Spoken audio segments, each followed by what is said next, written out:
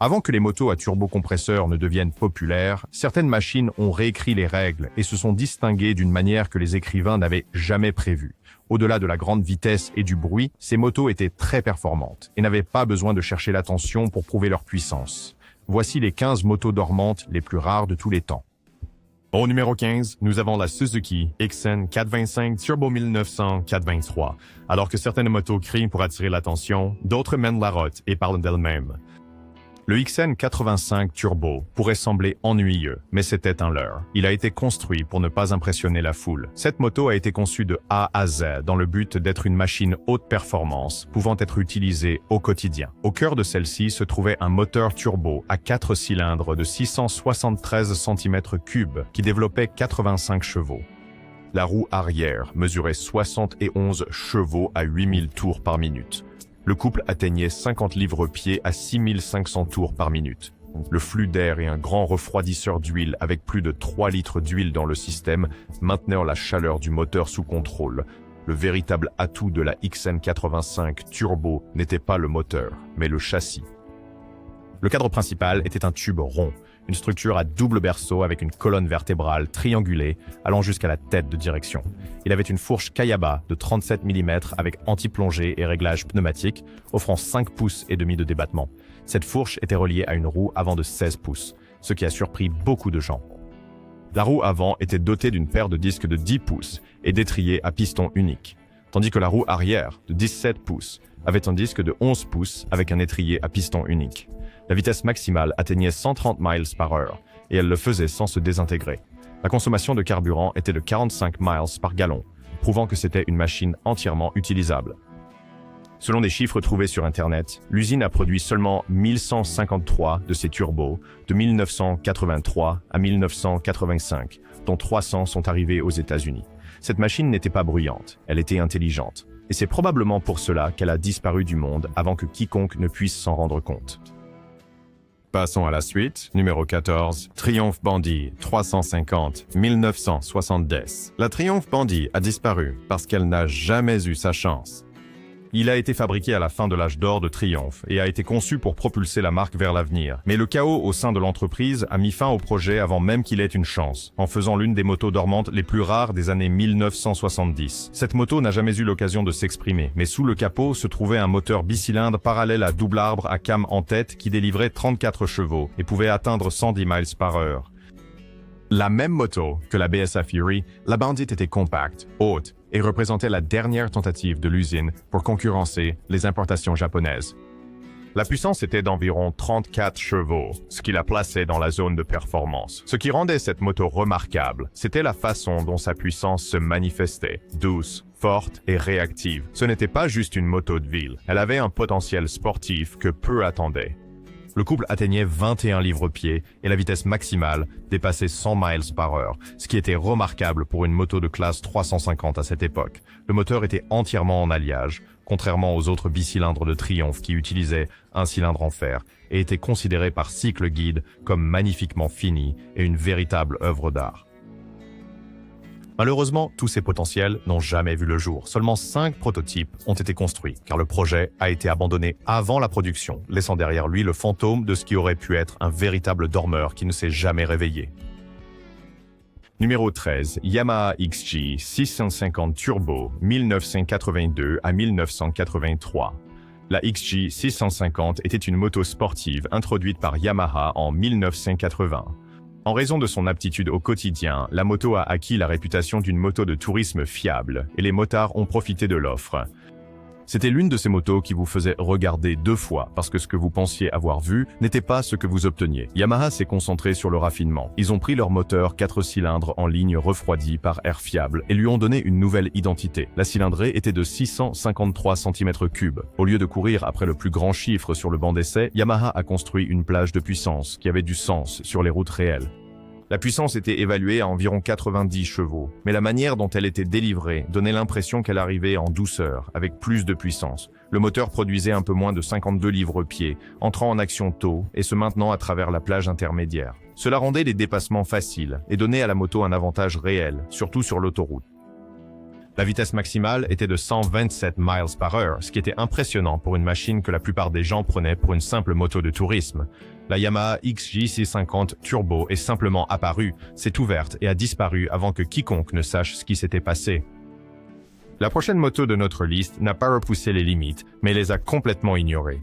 Numéro 12, Honda CX650 Turbo, 1983. La CX650 Turbo était l'une des très rares productions à être équipée d'un turbocompresseur d'usine. Au cœur de la machine se trouvait un moteur V-twin refroidi par liquide, unique en son genre sur la route. La cylindrée était de 674 cm3, associée à un turbocompresseur et une injection de carburant. Honda ne cherchait pas à atteindre des performances extravagantes. Au lieu de cela, ils ont construit quelque chose qui offrait de la précision. Produisant 97 chevaux, la consommation de carburant tournait autour de 43 miles par gallon.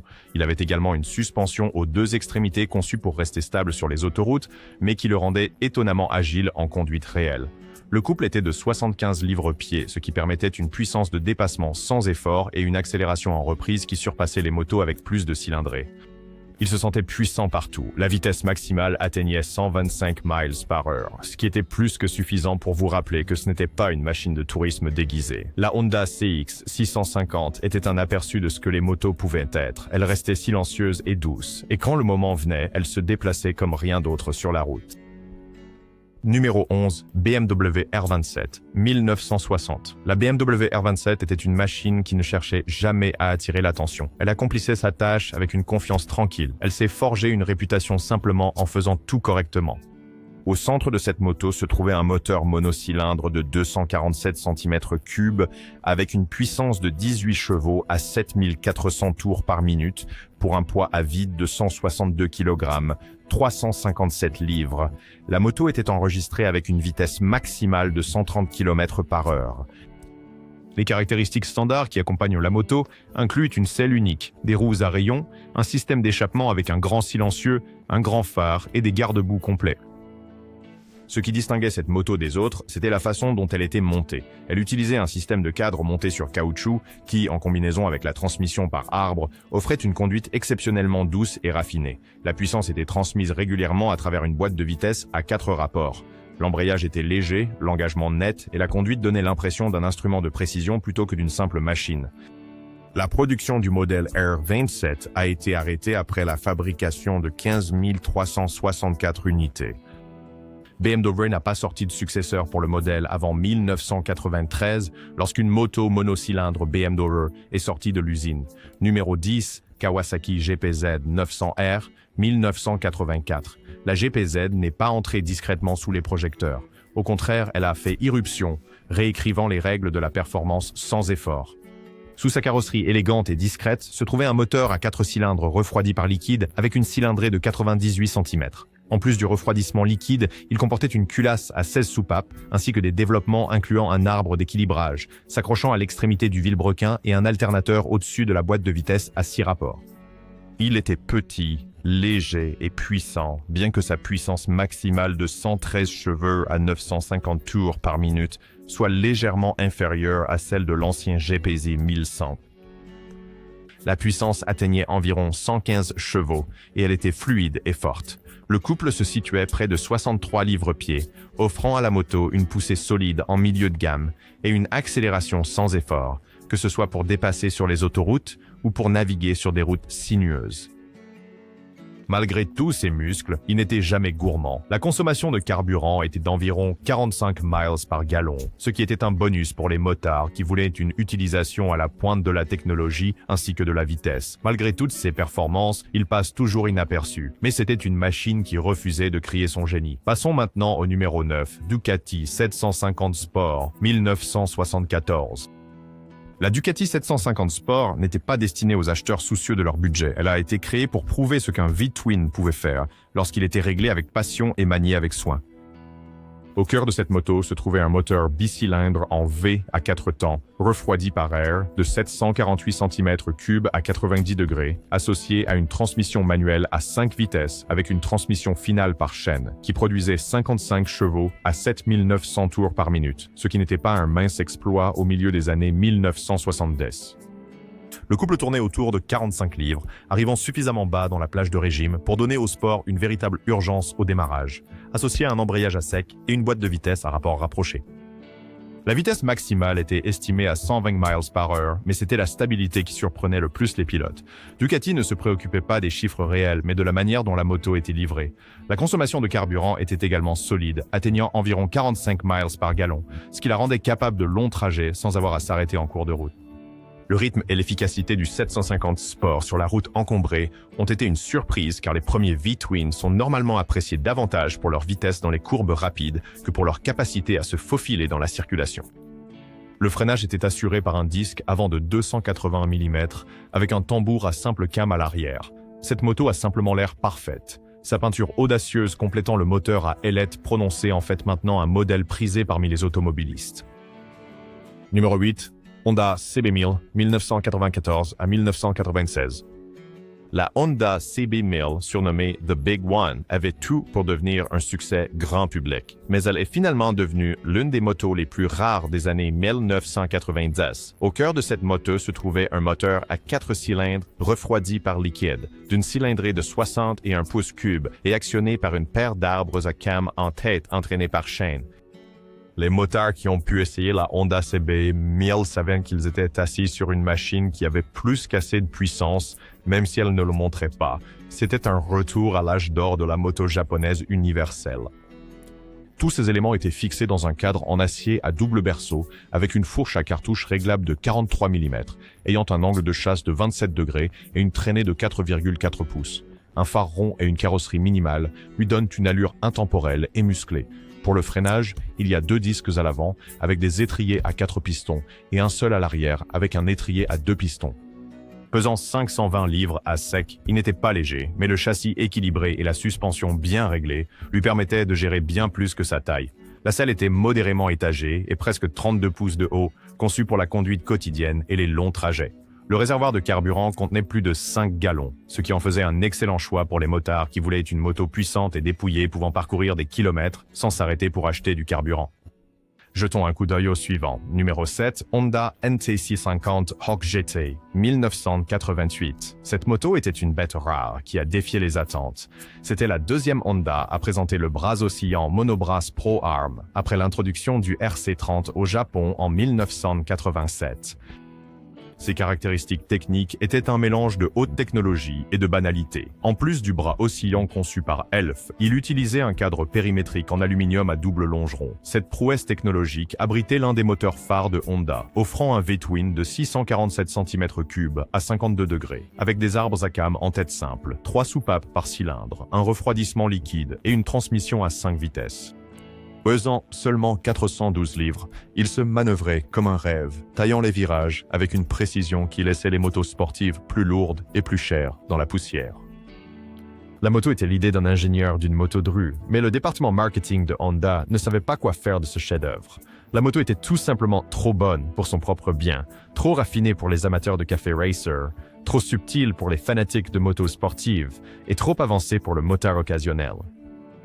Aujourd'hui, trouver une Honda NT650, c'est comme creuser dans le sol pour trouver des trésors, avec les prix qui montent en flèche et la demande qui augmente. L'histoire de la Hawk est celle d'une machine née avant son temps. C'est le récit d'un fabricant offrant aux motards américains ce dont ils avaient besoin, mais découvrant que peu de personnes en avaient besoin. Pour ceux qui ont pu mettre la main dessus et la piloter, c'est une décision qui n'est pas regrettée. Bien qu'elle ne soit plus en production, c'est une moto qui vivra sur la piste, dans la rue et parmi les nouveaux pilotes qui continueront à découvrir ce chef-d'œuvre. Numéro 6. Honda VF 500F Interceptor 1984 à 1986. Toutes les machines enveloppées de fibres de carbone ne sont pas des reines. La plupart des machines sous-estimées changent la donne. La VF 500F était cette machine. Elle a redéfini ce que devrait être une moto de sport. Sous cette machine se trouvait un moteur V4 refroidi par liquide avec une cylindrée de 498 cm3 qui produisait une puissance revendiquée de 68 chevaux, un chiffre qui pourrait sembler faible mais qui était impressionnant à l'époque. Il donnait aux pilotes suffisamment de courage pour propulser la moto. C'était un équilibre entre vitesse et utilisabilité quotidienne. Il ne cherchait pas à en faire plus que les autres. Il le faisait simplement mieux, sans effort. Avec un couple de 32 livres-pied, il ne semblait jamais surmener, même poussé à ses limites. La vitesse maximale, quant à elle, était de 120 miles par heure, ce qui le plaçait au même niveau que des motos beaucoup plus grandes. Pourtant, il restait léger et maniable. La consommation de carburant était d'environ 50 miles par gallon, ce qui en faisait un choix facile pour une utilisation le week-end.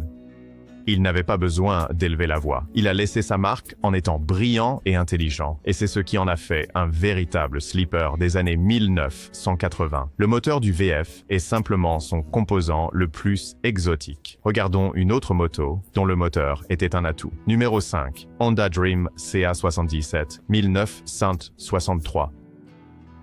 Toutes les motos n'étaient pas conçues pour avoir l'air menaçant ou pour aller vite. Certaines étaient faites pour se démarquer et la Honda Dream CA77 était l'une de ces machines. Au cœur de cette machine se trouvait un moteur bicylindre en ligne à 4 temps de 305 cm3.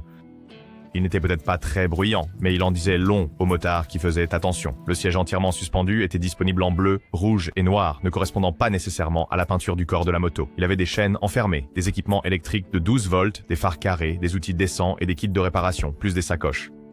La vitesse maximale était d'environ 85 miles par heure, ce qui était plus que respectable pour une moto avec des garde-boue complets. C'était une moto de tourisme enveloppée de charme urbain. Elle pouvait se dépêcher quand c'était nécessaire, mais elle ne se sentait jamais sous pression.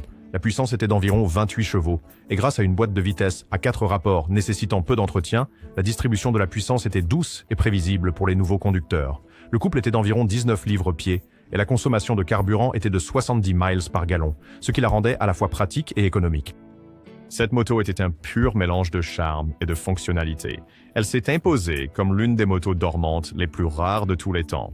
Numéro 4, BSA Rocket 3, 1968 à 1975.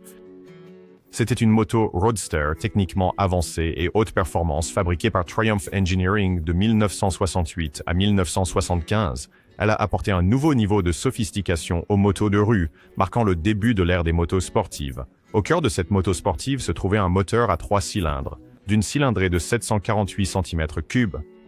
Il était refroidi par air, avec 4 vitesses, un châssis conventionnel et une fourche télescopique avec suspension avant à ressort hélicoïdal, suspension arrière à ressort hélicoïdal amorti hydrauliquement et était monté vers l'avant dans le cadre.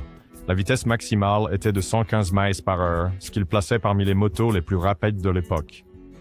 La puissance était évaluée à environ 58 chevaux, ce qui était plus que suffisant pour une accélération rapide. La consommation de carburant était d'environ 43 miles par gallon. Elle est restée une moto très rare et importante, combinant équilibre, performance et caractère en une seule moto solide. En parlant de performance et de caractère, la prochaine moto est la véritable définition de la performance. Numéro 3, Ducati 907 IE, Passo, 1990 à 1991. La 907 IE était une moto qui s'éloignait de la formule habituelle de Ducati, mélangeant la performance d'une moto de sport avec le confort d'une moto de tourisme d'une manière avant-gardiste. Elle n'avait jamais peur de prendre des risques, et même avec ses caractéristiques, elle était l'un des modèles les plus négligés et les plus rares des années 1990.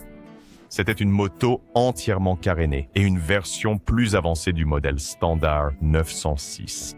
Dans le domaine de la performance, la Ducati 907 IE avait son âme animée par un moteur bicylindre en V à 4 temps refroidi par liquide de 907 cm3, alimenté par un système d'injection électronique de carburant, EFI, délivrant 90 chevaux avec une force maximale à 8500 tours par minute, en faisant l'une des motos de sport tourisme les plus performantes de son époque. Contrairement à ses prédécesseurs, il avait une injection de carburant et offrait une réponse de l'accélérateur plus douce et une meilleure fiabilité qui impressionnait en ses pilotes. Ce qui distinguait le 907 IE, c'était son design. Il était enveloppé dans une carrosserie entièrement fermée, lui donnant un aspect futuriste et aérodynamique qui ne ressemblait à rien d'autre dans la gamme. Équipé de caractéristiques standards telles qu'un carénage complet, un petit pare-brise, un phare rectangulaire, une selle biplace avec une poignée pour passagers, un système d'échappement double avec un silencieux de chaque côté et 3 roues en aluminium léger à rayon en A. Le poids était de 460 livres à sec et elle était plus légère que la plupart de ses concurrentes. À l'avant, la moto était équipée d'une fourche inversée Marzocchi de 42 mm pour la suspension et de 2 disques de 300 mm avec des étriers à 2 pistons pour la puissance de freinage. L'arrière était géré par un amortisseur réglable et un disque de 245 mm avec un étrier à double piston. Malgré sa puissance et ses caractéristiques exceptionnelles, la 907 IE a eu du mal sur le marché. Les motards à la recherche de motos sportives optaient pour des modèles plus agressifs, tandis que les amateurs de tourisme choisissaient des modèles plus traditionnels. Cela a conduit à une baisse de la demande ainsi que de l'offre. Aujourd'hui, elle est devenue l'une des motos les plus rares et un joyau caché dans la gamme de Ducati. Numéro 2, Honda X4, 1997 à 2003. Cette moto musclée était la réponse de Honda à la Yamaha VMAX, une machine conçue pour la puissance brute et la présence. Elle combinait force et ingénierie raffinée, mais malgré ses performances impressionnantes, elle est à rester l'une des motos les plus négligées de son époque, caractérisée par une roue arrière à disque plein, un profil bas et de grands échappements de grand diamètre. Au cœur de cette moto se trouvait un moteur à 4 cylindres de 72,5 pouces cubes emprunté à la CB 1200 sous le réservoir de carburant, affichant 100 chevaux avec une puissance maximale à 6500 tours par minute et 89 livres. Le moteur était assisté par une boîte de vitesse manuelle à 5 rapports qui envoyait la puissance à la roue arrière via une transmission finale par chaîne. Il avait un couple immense de 90 livres-pieds à 5500 tours par minute, lui conférant une accélération sans effort et une traction en milieu de gamme. Ce qui distinguait cette moto, c'était son style et sa maniabilité inspirée des motos sportives. Pesant 575 livres à sec, elle était lourde, mais son centre de gravité bas la rendait agile pour une moto musclée. Malgré sa puissance, cette moto n'a pas connu de succès. Elle a été principalement vendue au Japon. Sa production n'a duré que quelques années, et aujourd'hui, elle est devenue l'une des motos dormantes les plus courantes. Et en tête de notre liste, nous avons en numéro 1, Bimota DB2, 1992 à 1993. Cette moto a été conçue comme une machine légère et performante, destinée aux motards qui privilégient la précision, l'ingénierie et l'artisanat plutôt que la puissance. Au cœur de cette moto se trouvait un moteur bicylindre en V à 4 temps refroidi par air à 90 degrés, couplé à une transmission manuelle à 6 vitesses et pouvant produire 86 chevaux et 90 Nm de couple à 7200 tours par minute. C'était un plaisir à conduire, offrant une réponse instantanée à chaque rotation de la poignée des gaz. Ce qui distinguait cette moto, c'était son châssis. Autant maintenant le poids au minimum. La moto pesait seulement 375 livres à sec, ce qui était très bas pour une sportive de 900 pouces cubes. Il avait également des caractéristiques standards, comme une fourche télescopique Pioli de 41 mm, un mono-amortisseur réglable à l'arrière, un double frein à disque avant, un pare-brise, un tableau de bord analogique, une selle unique avec soutien lombaire pour le pilote, des roues en aluminium forgé et un seul phare. Cette moto a été produite en série limitée à environ 100 unités, ce qui en fait une rareté sur la route. Et aujourd'hui, elle est devenue un joyau caché dans le monde des motos sportives. Au fil des années, de nombreuses motos exceptionnelles ont été fabriquées, mais sont restées cachées à la vue de tous. Ces 15-là sont des motos discrètes, rares, pleines de performances, mais qui n'ont jamais reçu la reconnaissance qu'elles méritent. Si vous en connaissez d'autres qui ne figurent pas sur la liste, mentionnez-les dans les commentaires, et n'oubliez pas de vous abonner.